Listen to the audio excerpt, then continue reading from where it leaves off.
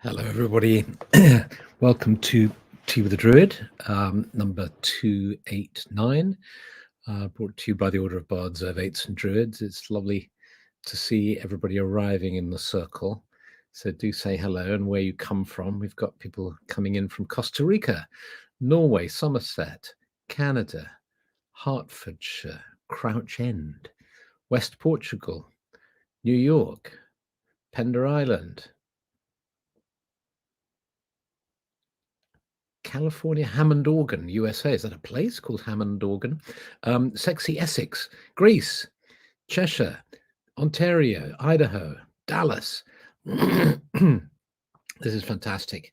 Belgium, Sunninghill, Pacific Northwest, North Wales, East Yorkshire, Switzerland, California, Prince Edward Island in Canada, Southern California, Lafayette, LA, West Couturiad, New Zealand, Tipperary, Mexico, actually in Oxford, Ardnamurchen, the Czech Republic. Yes, great to see everybody. Lovely. Do come in. Everyone is welcome. Everyone is welcome to gather around the fire. And as you come and settle, just allow yourself a few moments to settle. And then when you feel settled, just tune in, get a sense of how you're feeling, and then just type it in, just so we get this lovely kind of rainbow picture of the various tones of feeling in the group. Meanwhile, people are arriving from cold and icy southeast Michigan and snowy Denmark.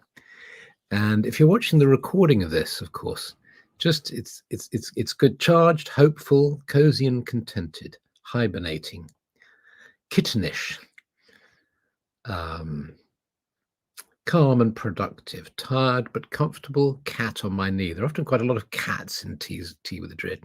Tired, cozy, snuggled up under blankets. It's too cold. Anxious, serene, wintry rest, very tired and sleepy. Creative, exhilarated after a wassail in Northumberland. How wonderful. Cozy and tranquil, warm and content, relaxed and cozy, tired, dog on my lap, hibernating, hopeful, buzzy, busyness, peaceful, serene and cozy. Lots of people feeling cozy and tucking up and snugged up. Cozy, snug, joyful, sleepy, comforted by spending time with this lovely group. Lovely. Found a butterfly in the bathroom earlier, awoke from his hibernation. Yes, that's it. Always extraordinary when that happens, isn't it? Doesn't dozy and relaxed. Distracted today, not good. A little achy after a few hours gardening in the sunshine. Working outside is lovely, isn't it? Stephanie and I worked over the weekend outside and in that bright sunshine and crisp cold air. Full of energy, says Maggie. Dizzy, blood pressure up today. Settled and cozy after a busy day. Okay, so now I'm going to ask you another question, which is just remember how it feels to wake up in the morning. When you wake up in the morning, do you wake up refreshed and bright, or do you wake up groggy, perhaps with a dry mouth? Yeah, feeling groggy, even tired when you wake up, or not crystal clear. let's see, and say, so to make it easier for you, let's say, if you wake up feeling fresh and bright, type in a F for fresh. If you wake up feeling groggy and groggy and grumpy, says Kathy, you can type in a G if that's easier for you, save you the hassle. F for fresh, G for groggy. I don't wake up, I just start moving and grunting. This is great. Cold but grateful.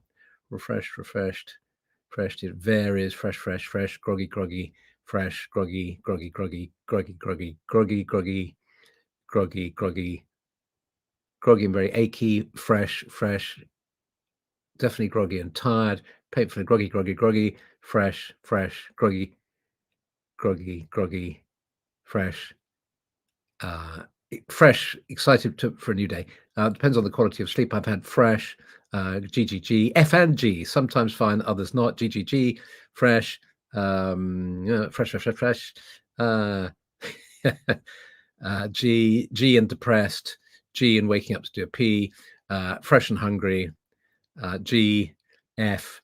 So a good balance. So a GG, I think probably some more G's than F's, shuffle about. F, someday G, others. Okay, interesting. Okay, after some T. Yeah, no, the point is exactly when you wake up. That's what I'm trying to get at. G. Yeah. Oh, John King is mad. I don't really wake up until I've had a bathe in my icy burn. He's up in Scotland. Mostly F. Yes. Okay. Okay. So this is the reason I asked you is because I wanted to tell you about something that I discovered. I read a book called Breath by James Nestor, Nestor. Very easy read, very quick read. It was a very popular book, sort of bestseller. And in it, he basically undertakes an experiment where he breathes, he tries taping his mouth up. He and another friend who I think is a doctor or colleague of some sort, and they tape their mouths up as much as possible during the day and night, breathing only through their noses. And then they check themselves for sort of, all sorts of things. They check their bloods and how they're feeling and so on and so on. They do that for some time, and then they do the reverse. They tape up their nostrils and walk around in the streets, presumably with their noses taped up, I don't know, and experimented and checked their blood and all the rest of it. And they found there was an enormous difference. And then he dives in to what the difference is physiologically between nose breathing and mouth breathing. Now, at the time I read this book, I was working on my book, The Gift of the Night. And in this book, I needed to devote a section to snoring because it's a big issue. And I think it's a fifth of couples in the United States from a survey that's been done there. Sleep in separate rooms because so it seriously disrupts relationships, and so there's lots of gadgets and devices around, all sorts of complicated machines, some of which are very expensive, to try and fix the snoring problem. One of the ideas touted was the idea of taping your mouth up. So in the interests of science, and also in the interests of Stephanie's ears, because occasionally I snore, I tried mouth tapes. I thought I need to try it out so that I can write sensibly about it in my book. And I started off with these little fellas. You can buy boxes of them from online for very. And I found those fantastically annoying, and they kept coming off, no doubt because of the facial hair. I then tried these, which are called something like longevity, which go completely like this. You can't hear it. Makes for interesting bedtime conversations and pillow talk if you're with somebody. And finally, I tried these. I was doing a workshop on sleep, and somebody recommended these, where they allow you to take a drink and talk and so on, give a bedtime kiss and all the rest of it, but they keep the tension in the thing, keeps your mouth closed. And it didn't really make much difference to the snoring, to tell you the truth. Slight reduction in volume, particularly with the inevitably, but not really. But here's the thing, I thought I felt a bit better. because I would have been in the G category for years, really. I would wake up feeling groggy, and it would take me a while to sort of crank myself up. And I happened to read online that people were using these not for snoring, but for So, this one that I buy, I don't know, what's it called? I don't know, Myo tape. And it's a safe sleep science. And I started Googling online, and I started discovering people talking about the fact that nose breathing while you're asleep helps your health, and there you go, and that you feel better. So I use them all the time now, and the reason I'm sharing this piece of information with you is not, as it might appear, as a sort of cheap plug for my book, The Gift of the Night. It's not at all for that reason. It's because I've tried this for about maybe a year, maybe 9 months, something like that, and I really feel I can recommend it. And in fact, it was our herbalist, Julian Barker, who's written a wonderful Mount Hemus paper, if you haven't seen it, on the Orders website, who, when I complained about feeling groggy in the morning, he said, do you wake up with a dry mouth? I said, yes. And he said, are you sleeping with your mouth open? I said, well, yeah, I think so. My mouth falls open during the night. And he said, that's why you're feeling groggy. It's as simple as that. And then he explained the CO2 balance or whatever it is. And that was the reason why. So anyway, I mentioned that to just share something. I think it's nice to share little tips for things that make you feel better. I'd be interested to know if anybody's tried mouth taping. It seems kind of odd. I resisted doing these things for some time because it seems unnatural. I mean, who wants to tape their mouth up? It's kind of peculiar. But I have just found that it really helps. So anyway, if you happen to use mouth tapes, do say. It'd be interesting to hear from you. And let's have a look here. So that was one thing I wanted to say. So the other thing is, yes, and I wanted to link it with what I want to talk about, which is a strong feeling I have that one of the things that creates problems for us is the fact that we live in incredibly complex and demanding world. It's very, very complex. If you've got your ears and eyes open, you can't help being aware of the complexity of issues, and even simple things like relationships, practical things. There's lots and lots of complexity, and that creates stress, that creates tension. And so what I've done, what I've done is I've been really looking at this and thinking about this, and I think there's something interesting going on, because the first temptation is to think, oh, it's quite simple. Our lives are too complex. We need to go for simplicity. That's why we might be drawn to earth spiritualities, nature spiritualities, because they're simple. And in fact, but I think there's more going on here, which is this, that sorry, there's somebody spamming the comment feed I'm just trying to get rid of at the same time, but I'm going to stop doing that. Okay, so complexity. You see example of complexity, isn't it? Here I am, there are 320 of us in the room, and somebody's being stupid, and I'm trying to block them with the technology. And so complexity. Is it as simple as us just going for simplicity? Let's not do this internet thing. Let's make our lives simpler. Let's go off grid and just grow our own vegetables and hope that they don't get munched before we can munch them.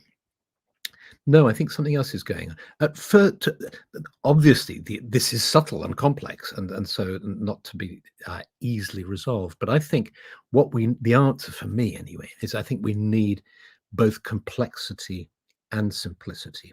So, look in the spiritual life. I think one of the reasons why the Maharishi, do you remember the wave of interest in meditation that was really initiated by the Maharishi coming to the West and introducing transcendental meditation? That was so simple. Probably a number of you were initiated into TM. I was when I was 18, and it's wonderful. Very, very simple ritual, followed by very simple training, very, very simple instruction to just think of your mantra. And every time your mind drifted, you went back to the mantra, drift, back to mantra, drift. That's all it was. But if you persevered with it, you could go very deep and achieve real benefits of deep relaxation and real kind of resourcing deep inside and all the rest of it. The interesting thing I noticed with TM is that I did it a lot for about 2 or 3 years, and then it tailed off. And for some reason, it wasn't serving me anymore. And over the following, 40 years or so, I've often asked people, did when the topic of meditation comes up in a conversation, I ask them, do you do TM? Have you done TM? Occasionally I'll meet somebody who's a regular TM practitioner over a long period of time. But 90% of the people I ask say, oh yeah, I did it for a few years. And then, I don't know, I moved on to some other spiritual practice. I needed more in some way. So again, if that was your experience or the opposite, that would be really interesting to share. I'd love to read that. Because even though I'm not going to read comments now because it's just so distracting for me, it throws me off guard. But I will read them at the end. So I'd be interested to hear that. But then think about it. What happened was there was the wave of TM, and then we got the wave of mindfulness. Everybody, got into it. It's still huge. Mindfulness has a simplicity about it as well. You just grasp the basic concept, which is staying in the now, not listening to the judgmental mind, the analytical mind, but just staying in the moment and using the breath, for instance, to anchor your awareness and attention. And again, incredibly helpful, hugely beneficial, hence all the beneficial impacts that mindfulness has had on the world of physical health as well as mental health. But again, if you dig a little bit deeper, you'll find the attrition rate, as it's called, the fall off rate of people who practice mindfulness is massive. The inside dope on the people who subscribe to mindfulness apps and so on is that there's an initial wave of enthusiasm and then it wanes. Likewise with courses that people do, it wanes like that. So what's going on? So then I think about the way that we meditate together in this circle, and I think, well, in a way, we're returning to simplicity as well, because we're imagining we're getting close to nature, and we're just doing very simple practice that brings us a sense of calm and peace. And that's part of the story. But something else is going on, which is it's actually quite complex, like the natural world itself. When we sit in a forest and de-stress, decompress, let go, open up to the wonders of nature and to the beauty of the forest and all that. On the one hand, you can say, well, we're returning to a sort of simple mode, a natural mode of being in awe of the natural world and feeling that we're one with the natural world. But actually, the natural world is very complex. There's the whole world under the soil, the incredible activity that's going on in the soil, all the creatures that live there, the trees, and all the complexity of the ecosystem that trees are, up to the sky, which in itself is wonderful and full of different features and aspects and so on. And then all the animals and the creatures in the forest and the birds and the weather. So we're in this very complex system and we're being invited to open up to it and tune into it. So we're having complexity, but we're also having simplicity.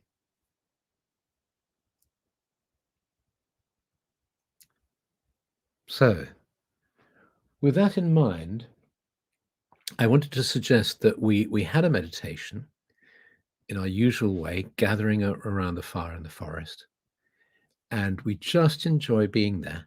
And when at the heart of the meditation, when we're in the forest, in the circle, in the middle of the meditation, I'm just going to read you a very brief verse that comes from the Sanskrit, from this wonderful book, The Radiant Sutras, translated by Lauren Roche.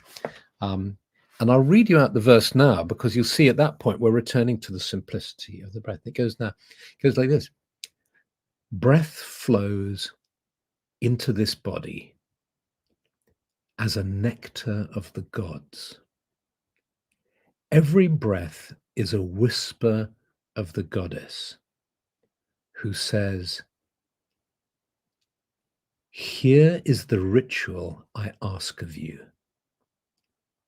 Be the cup into which I pour this bliss, the elixir of immortal peace." So I shall offer that in the middle of the meditation, and we can go into the simplicity of just being with our breath for a little while, and then we'll come out to an awareness of the forest. So, if you'd like to join me, do go ahead, or you can just watch and listen and decide to do it later if you want to. These things usually work best if you close your eyes, but you don't have to. But either closing your eyes or lowering your gaze or softening it, just gently become aware of being seated in the circle. Sorry, seated in the room. Just gently become aware of being seated in your room in front of your screen. Just aware of your position in the room, aware of the four walls around you, the floor beneath you and the ceiling above you. Fully present here and now in this space. Just allow your awareness of the four walls and the ceiling and floor and the screen to just gently fade, so that you find yourself sitting in the forest clearing, in a sacred grove of the Druids. You see your companions and friends around you in the circle. You may want to come a little closer into the circle. And sitting in the circle, you just allow yourself to close your inner eyes for the moment, just to relax and let go, just to let the cares and tensions of the day slough off you, to become aware of the kind force of gravity that just allows you to rest and to let your weight sink into the earth, onto the earth. And you become aware of all the activity and life in the earth beneath you, all the little creatures burrowing, the worms gliding through the soil, moisture, the minerals and crystals. And you feel how all this life, how you are part of it, and the energy of the earth flows into your being, bringing you a sense of groundedness.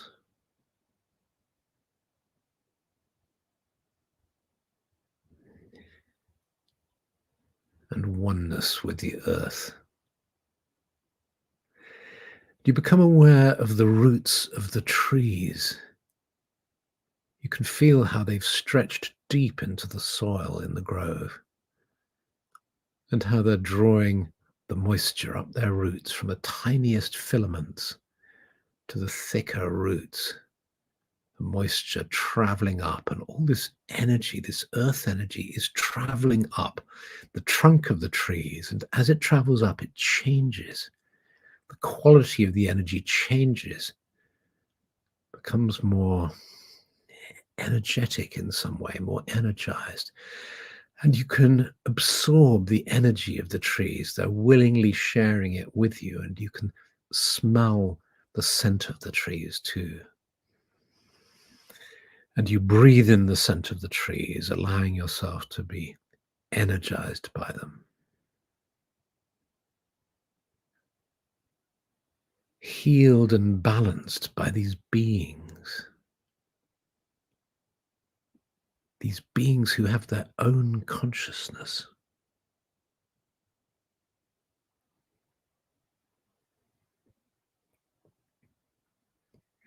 You become aware of their branches, boughs, and you sense them high above you and the sky above these branches, and you breathe in now the energy of the sky.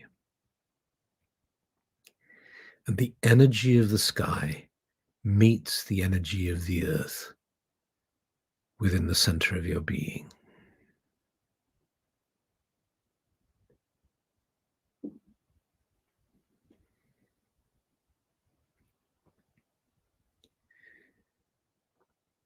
And you allow your awareness to be in the center of your being, just settling there.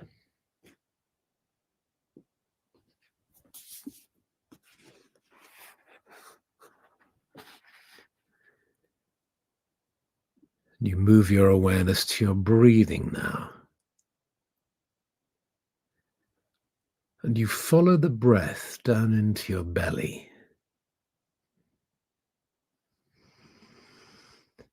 Breathing in deeply but gently, following it down to the belly, perhaps holding it for a few seconds. And then breathing out fully and deeply too.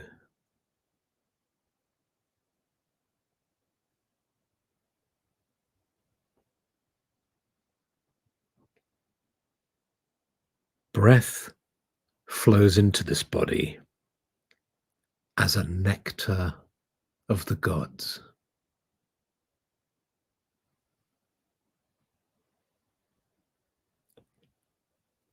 Every breath is a whisper of the goddess who says, "Here is the ritual I ask of you. Be the cup into which I pour this bliss, the elixir of immortal peace."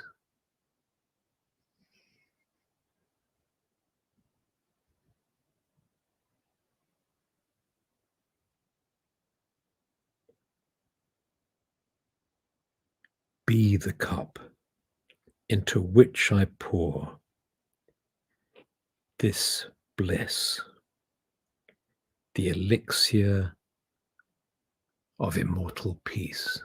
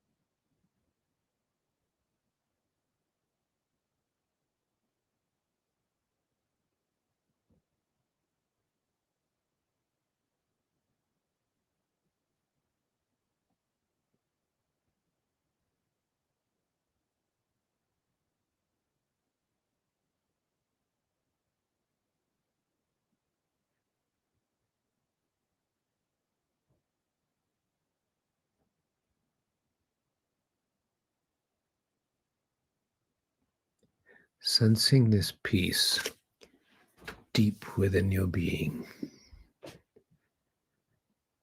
you sense also that you are seated in a field of peace. Gradually, you become aware of your companions in the circle, all breathing with this awareness of peace. The breath like an elixir flowing in and out.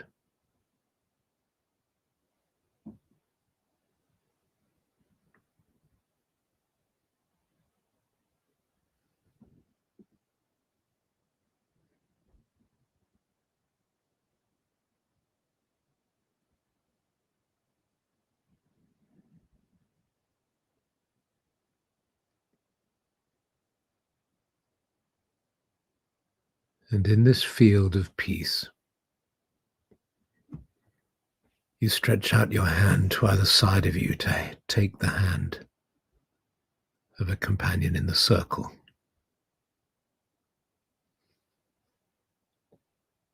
And you continue to focus on the breath.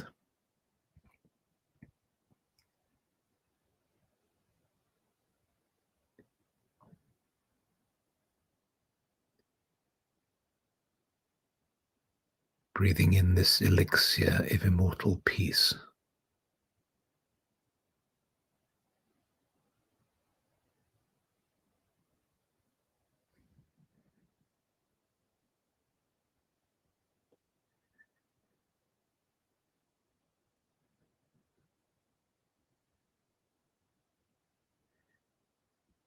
And then with a gentle squeeze, you gently let go of the hand to either side of you,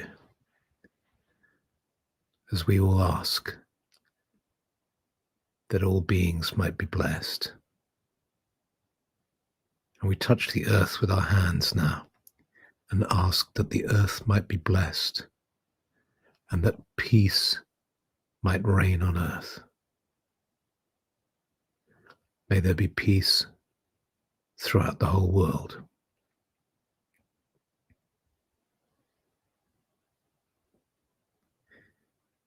You then let your hands drift up to your heart, placing both hands on your heart. You feel the warmth of your hands. You feel the blessing of the peace deep within. And as you do this, you become aware of your physical body. And your awareness of the sacred grove begins to fade.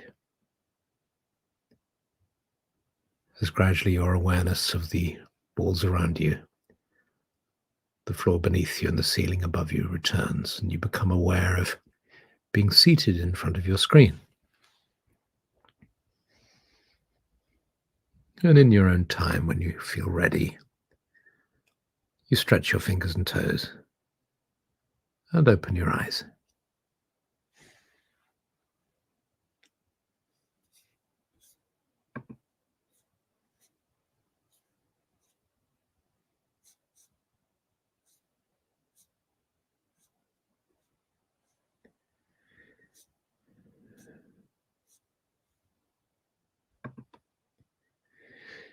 So thank you. Thank you very much for being here. Thank you for being in this group so we can all meditate together. There are over 300 of us who've all been sitting in that peaceful field for the last few minutes. So many, many blessings to you. Have a very, very good week. Much love, and see you next week. And I will now make a cup of tea and return and read the comments. Okay, bless you. Bye.